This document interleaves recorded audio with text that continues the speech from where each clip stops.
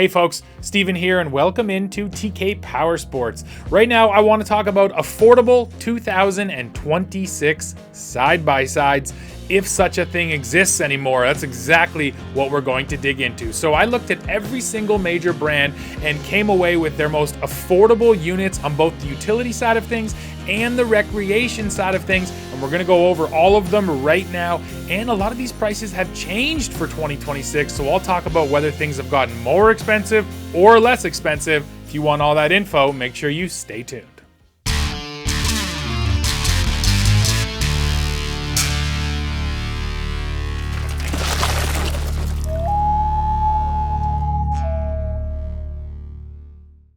Let's start this one off by looking at the big dog in the side-by-side market, Polaris. And that's also because Polaris made a big splash when it comes to affordable side-by-sides in 2026 with this, the Polaris Ranger 500. In the United States, the Ranger 500 starts at $9,999. In Canada, it starts at $12,799. Now that money is getting you a 567cc single-cylinder engine. It's making 28 horsepower. Some of the other numbers here, you get a 500-pound box capacity, 1,500-pound towing capacity, 10 inches of ground clearance, 25-inch tires, and this thing is 58.5 inches wide.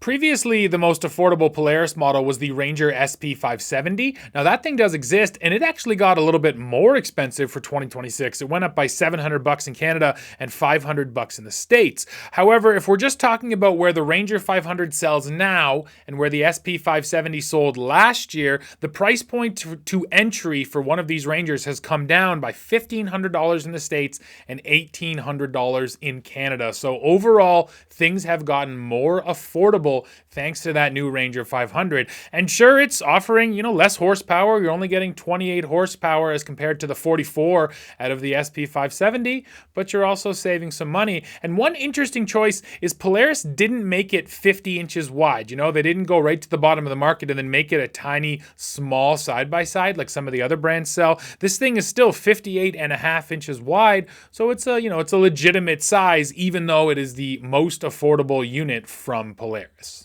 Now on the fun side of things, the most affordable unit from Polaris is the Razor Trail, which again is that 50-inch very small compact Razor. Now in 2026, the Razor Trail starts at $16,999 in the US and $20,399 in Canada. Now that is more expensive than it was last year. That's up $1,000 in the US and up $1,400 Canadian. So the Razor has gone up in price for 2026.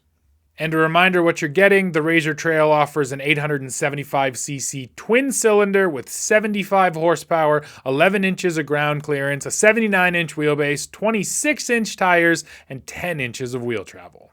Now let's move on to crosstown rival Can-Am, and the most affordable model from Can-Am is still the Defender, not to be confused with the brand new Defender HD 11. That thing is also on sale for 2026, but the Defender lives on just like it was. So for 2026, that starts at $13,399 in the States and $15,899 in Canada. And that's actually more expensive than last year. That's up $500 in the States and $500 Canadian if you're looking to get into a base Defender. Now at that price, Defender is offering a 650cc single-cylinder engine with 52 horsepower, a 1,000-pound box capacity, 2,500 pounds of towing, a occupant capacity of 3 people. It's also 62 inches wide with an 83-inch long wheelbase.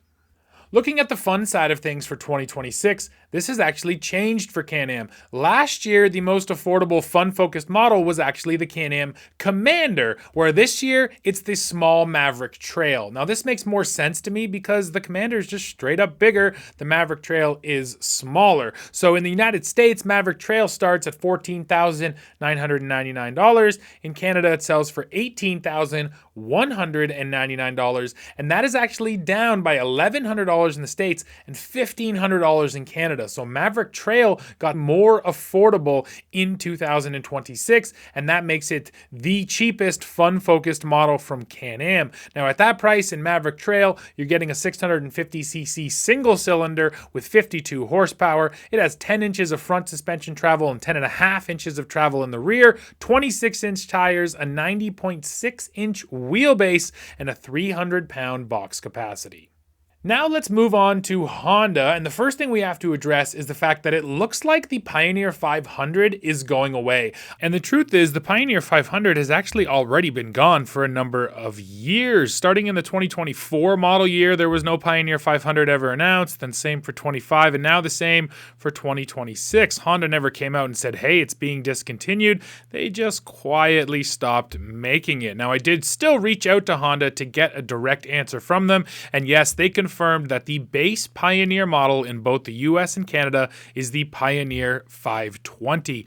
And if you're wondering what the difference was, well, mainly it was the engine. The Pioneer 500 had a 475cc engine, while the Pioneer 520 has the 518cc engine. And then the Pioneer 500 also came with a rear ATV style rack, while the Pioneer 520 comes with a tilting cargo bed. And Honda did build them side by side for a couple of years, but now the 500 is gone and it has been replaced by the Pioneer 520.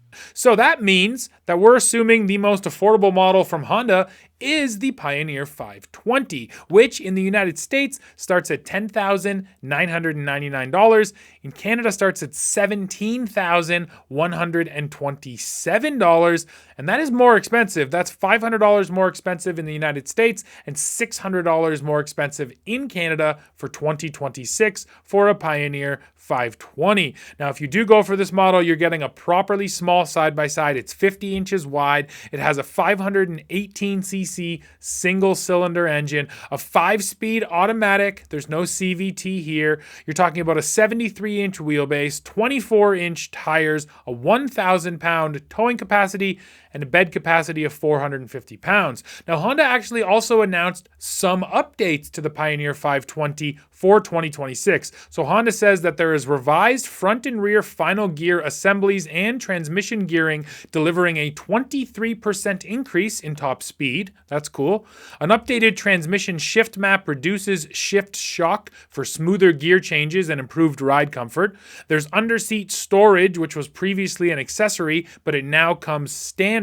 And there is heat management improvements, reduce cabin heat intrusion, enhancing rear rider comfort. So they say there's going to be less heat coming into the cab. So yes, for 2026, Honda actually looked at the Pioneer 520 and actually made it a little bit better. And it's always nice to see these brands pay attention to their most affordable models. Now from Honda, the first sort of rec ute model that they list is the Pioneer 700. Some might argue that the Talon is the only real fun-focused model from Honda, but I took in their categorization saying it is, more recreation. So looking at the Pioneer 700, that thing starts at $12,899 in the United States and $19,199 in Canada, and that is up $400 American and $500 Canadian. So yes, everything in Honda got a little more expensive for 2026. For that money, you're getting a 675cc single-cylinder engine mated to a 3-speed automatic transmission. Wheelbase here is 76.8 inches, while this unit is 59.9 inches wide. There are 25-inch tires on the Pioneer 700, which has wheel travel at 7.9 inches in the front and 9.1 inches in the rear. Finally, bed capacity comes in at 1,000 pounds, and towing capacity measures at 1,500 pounds. Now, Honda also updated the Pioneer 700 for 2026 with a few small things. They say there are added storage compartments, a new USB-C port, new Kenda Mastodon tires, and enhanced debris penetration protection. Now let's take a look at Yamaha, and the most affordable model here is the Viking, which for 2026 starts at $14,299 in the US and $18,399 in Canada. Now in the United States, that is down by $1,500, and Yamaha USA already announced they were cutting prices across the board. On the flip side, north of the border, Yamaha Canada put their prices up, so the Viking is actually $400 more than it was last year. Now, for that money, you are getting a side-by-side that has a really good reputation for reliability, but I will say of all of the utility side-by-sides on this list, the Viking is the most expensive to start. But yes, you're also getting a 686cc single-cylinder engine, 25-inch tires, a 600-pound bed capacity, 1,500 pounds of towing capacity, an 84.1-inch wheelbase, and the Viking is 61.8 inches wide. The other Viking news for 2026 is that the Viking 6 model, which was a 6-seater, it has been discontinued, so the Viking is now just a 3-seater. Now, on the fun side of things, we get the Yamaha Wolverine X2 850 in the United States and the X2 Utility in Canada, and I'll talk about the differences. So in the US, the Wolverine X2 850 XTR starts at $16,499, whereas in Canada, we now get a unique model called the X2 Utility, and it starts just a little bit underneath that X2 XTR model, which is also for sale in Canada. Here it sells for $21,999. And essentially the big difference is when you go for the utility model, you're getting the tilting steel cargo bed from the Viking. So it's wider, longer, and deeper than the standard bed, and it's designed to carry a 600-pound payload. This thing also gets 2,000 pounds of towing, and it gets the speed management system under the hood. So the utility gets a couple of unique things, but it gets the same power plant as the X50, as the 850 XTR, I should say, and it gets the same features, things like 27-inch Dirt Commander tires. So if you're just looking to have a fun time, you might as well just get the X2 Utility in Canada, and you get a bigger bed, and you still get the same suspension, same tires, same powertrain as the 850 XTR. And, you know, on the flip side, even though Yamaha Canada put their prices up, it's nice to see us get something unique for a change, because Yamaha Canada actually looked to the Australian market for this model. That's where it was originally offered, and they said, you know what, we have a market for that, something that's a little more rugged and robust when it comes to the work side of things, but still can go out on a fun trail ride. So yeah, cool that we have that model, just too bad the Yamaha Canada put all the prices up. Now let's take a look at what's offered from our friends over at John Deere. And I first want to show you this model, the John Deere Gator TX. This is sort of the classic utility model. And yes, this thing is straight utility. There is no fun focus here. You don't even get a full roll cage. But if you're just looking to, you know, move material around a property, this can be a good option, especially at this price. Now the John Deere Gator TX 2-wheel drive, that's the base model, starts at $11,099 in the US and $14,873 in Canada. For that money, you're getting a 675cc V-twin, and it makes 15.5 horsepower, and like I said, just 2-wheel drive. So yeah, this isn't exactly a side-by-side in the same sense as everything else on this list, but I thought it was still worth a mention because of the price point. Now, moving into something that's more comparable but also affordable from John Deere, you get this, the XUV 560E. Now, price point here starts at $13,299 in the United States and $17,821 in Canada. And that model is giving you a 570cc V-twin with 16 horsepower. You're also getting things like 4-wheel drive, a rear diff locker, 8 inches of suspension travel, 25 or 26-inch tires, a 500-pound cargo bed capacity, and 1,500 pounds of towing capacity. And then on the fun side, there is no fun models from John Deere. So yeah, just utility and hard work the whole time. Now let's look at what our friends from Argo offer. And at the base end, you're talking about this thing, the Magnum XF 500, which in the United States starts at $9,999, and in Canada starts at $13,599. So yeah, the price point is basically exactly where that Polaris Ranger 500 sits. Now from Argo, you're getting a 443cc single-cylinder engine. You are getting 4-wheel drive and a diff locker. This thing is 56.7 inches wide. 10 inches of ground clearance. It has 1,200 pounds of towing capacity, 25-inch tires, and a box capacity of 440 pounds.